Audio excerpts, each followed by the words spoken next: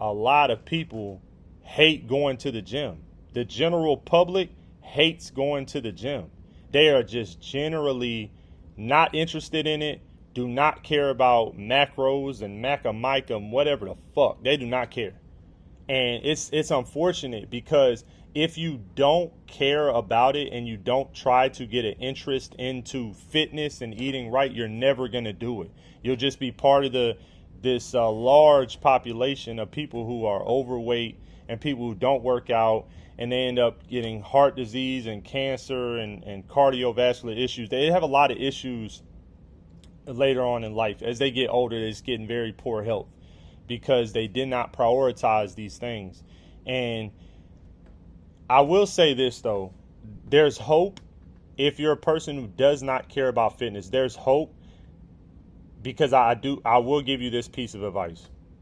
If you do not care about fitness, the gym, etc., set goals, because a lot of times I see guys mindlessly in the gym just doing shit. I could tell they've never worked out and they're trying, and they're coming in the gym to try and just move some weight around. I can see that they're just doing shit. They don't have a plan.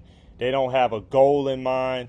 And that's important. If you set a plan and you have a goal, you will get much further. So for example, if you don't care about body fat percentage, you don't care about weight training, don't care about all these things. If you just set a goal for, I'm going to lose 25 pounds within the next 60 days, that's a goal. Then when you get there, you're like, okay, now that I've done this, my next goal is I'm going to try to walk a mile. Like the past 60 days, I walked a mile in like 13 minutes. Now I'm going to try to do it in 11. So you're constantly setting goals for yourself, and it feels good to accomplish them. And that's how you can kind of get yourself tied into the fitness aspect of life, because I think everyone should have a gym membership. It's essential. Like a lot of y'all, you'll have your fucking Chick-fil-A app and your McDonald's app, and that's like mandatory for you, your fucking Burger King coupons. But you will not have, you'll have your Netflix subscription and all this shit, but you will not have a gym membership, and you will not go. It's very, very, very important. It's just a part of life. It's crazy to me. This is how I know, like, a lot of this contributes to laziness. And I was there. Like, I didn't always work out. I didn't start seriously working out until like early 20s. But a lot of people look at it as they'll get up and go to work every single day, and they'll do that for 27 years, the same fucking job, same position, same hours. They just know that's just what I do. And then on Saturdays, they're cooking fried chicken or cooking certain like bullshit. It's just a religious thing. They're going to do that. They're going to drink beer and have a cookout Saturday night. It's just their thing. But then they do not prioritize other things. So I know it's just disinterested and laziness. Because if you looked at it like I have to go to the gym at least 3 times a week, that's just what it is. Monday, Wednesday, Friday. Got to go. After work, 6 p.m. Monday, Wednesday, Friday, 6 p.m. I go to the gym. That's it. Go ahead and just lock that bitch in your mind. It doesn't change. That's it. That's your life. I don't understand why people don't look at fitness in that regard. And, well, like I said, I do get it. It's disinterested and laziness. It's just they are feeding into their desires again, feeding into those dopamine hits. Because and you know what's funny, man? I remember I was talking to somebody in the gym, and we were talking about like nutrition. Because when guys talk to me in the gym and be like, damn, you looking good, man, what you been doing? I'm like, nutrition. And when I ask them what they're doing, I don't lead with weight training and walking on that's the easy shit. I lead into what's your nutrition like. So I have guys asking about nutrition, and I'm like, yeah, I just eat clean. I'm probably like 85-90% clean. Like, yeah, I have a cheat meal, and shit, if I get home and my kids got some chips, I might be like, yo, let me get some chips, and I get 3-4 chips, but then I'm done. Like, I don't overindulge. And they was like, yeah, because you probably don't even like all that shit. I'm like, what the fuck? Bro, pizza is amazing. Wings are amazing, bro. What? Chocolate? Reese's Cups? Gummy bears? Wrap snacks? What? That is bro, it's fucking phenomenal. It tastes so damn good, bro. Chocolate cake, bro. Ben and Jerry's. I'm a fat kid at heart. I sympathize with people. I get it. It's very, bro. I love Taco Bell, man. Like when I was at the peak of my bullshit and I was not locked in, bro, I would go to Taco Bell like 2-3 times a week. I love Chipotle. I do Chick-fil-A spicy chicken sandwich, bro, with the Kobe Jack cheese, man. And I get some buffalo and Chick-fil-A sauce. I just dip them both. Some ketchup for the fries. Mouth watering right now, bro. I love food, so don't get me wrong. But here's where my mindset changed. I used to think that I just got to get to a point where I can have these things. It's just got to be controlled. But then I heard a perspective from some fitness influencers that really changed my life, where they said, if you just lock in for 6 months, lock in. Get your body fat percentage sub 15, so where you got you can see your six pack and you're reasonably shredded. You can then start living more sparingly. Of course, with the addition of you're still going to the gym, you're still eating clean, at least 80% of the time. But once you get shredded, it's kind of hard to get back fat like that.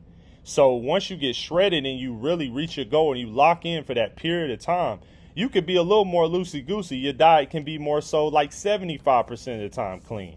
And that 25 is you can have a couple cheat meals a week.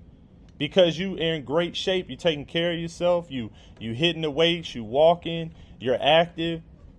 That pizza don't affect you like it does now, So that's been my mindset. I don't want to cut out. I love food.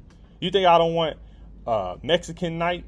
Do some tacos. You think I don't want to have a Italian night? I go or get some Olive Garden, man. Tour Italy, bruh. I love that shit, man. I just know what it's gonna take to get where I want to go. And there was another quote I heard of an influencer saying that nothing tastes better than what being lean feels like, or like, I don't know if that's verbatim, but nothing tastes better than what being lean. I guess that's, being lean feels like, or something like that. So, bruh, this food that you desire, man, that you gotta have, it's bad. It makes me feel like shit to not eat clean, not eat right, and to try to have the shit that I like. Chips and Reese's Cups and food and all this shit. I feel like shit at the end of the day because I'll go on a crazy binge. Bro, I've gone on a fucking 1 year binge. I've literally just stopped going to the gym for like a fucking year, bro. And I felt like shit because I look like shit, and I know it's because of what I've done to myself. It is a terrible feeling, and it's just not worth it. I'm sorry.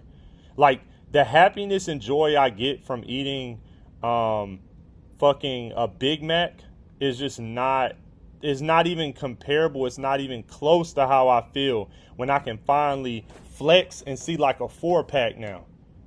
Or I'm seeing like veins in my arms. Or I'm getting people coming up to me being like, damn, bro, you lean. Like, you look good. Like, that shit feels good, bro. I feel like it's something I've been dreaming about for the past like 20 years, to just be shredded. It's a crazy feat. It's something that very few men are able to obtain. There's just nothing better than that. So I'll hold off on all that. When I get there, when I get shredded, when I really get there, I'm taking a week or two, bro. I'm taking like a week off, 2 weeks, and I'm just going to go crazy with all the foods I love, man. Like I said, I love food. I'm not going to stray from that, but then I'm going to lock back in because I'm still going to be shredded. So then I'm just going to, keep going the process, set my next goal. Okay, I'm at 13%. Now I need to be 12% body fat. It's just that goal. Keep going. Get more shredded. Look better. And then just implement a couple cheat meals a week. Sometimes I can have what I want. I don't got to be so strict. And that's it. But that would probably be my best advice for people that hate going to the gym. And I mean, I feel bad that you're not interested in the gym. You don't care about fitness.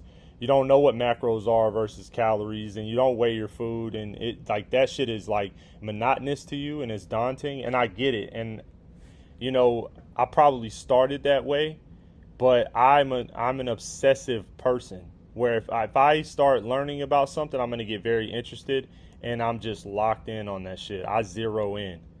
Once I get to once I find a good book, I'm gonna read that bitch in like 2-3 days, man. I'm just gonna be obsessed. That's just me. Or, once I really discovered the interesting things about fitness, like I said, the macros and the calories. I didn't understand what the fucking macros were. I kept going to the gym and guys going, "What's your macros?" I'm like, "What the fuck is that, man?" Like, let's just talk about calories. And then I had to learn that macros was your carbs, fats, and proteins. And now I'm like, man, like when I started really doing the research, okay, well, how much protein do I need? How much carbs do I need? Why do I need carbs? What about fats? What are fats for? Okay, how much do I need for fats? It just was an interesting thing for me. So, yeah, man, but it's your boy Ross in 2K. I'm logging out. I'll talk to you guys later.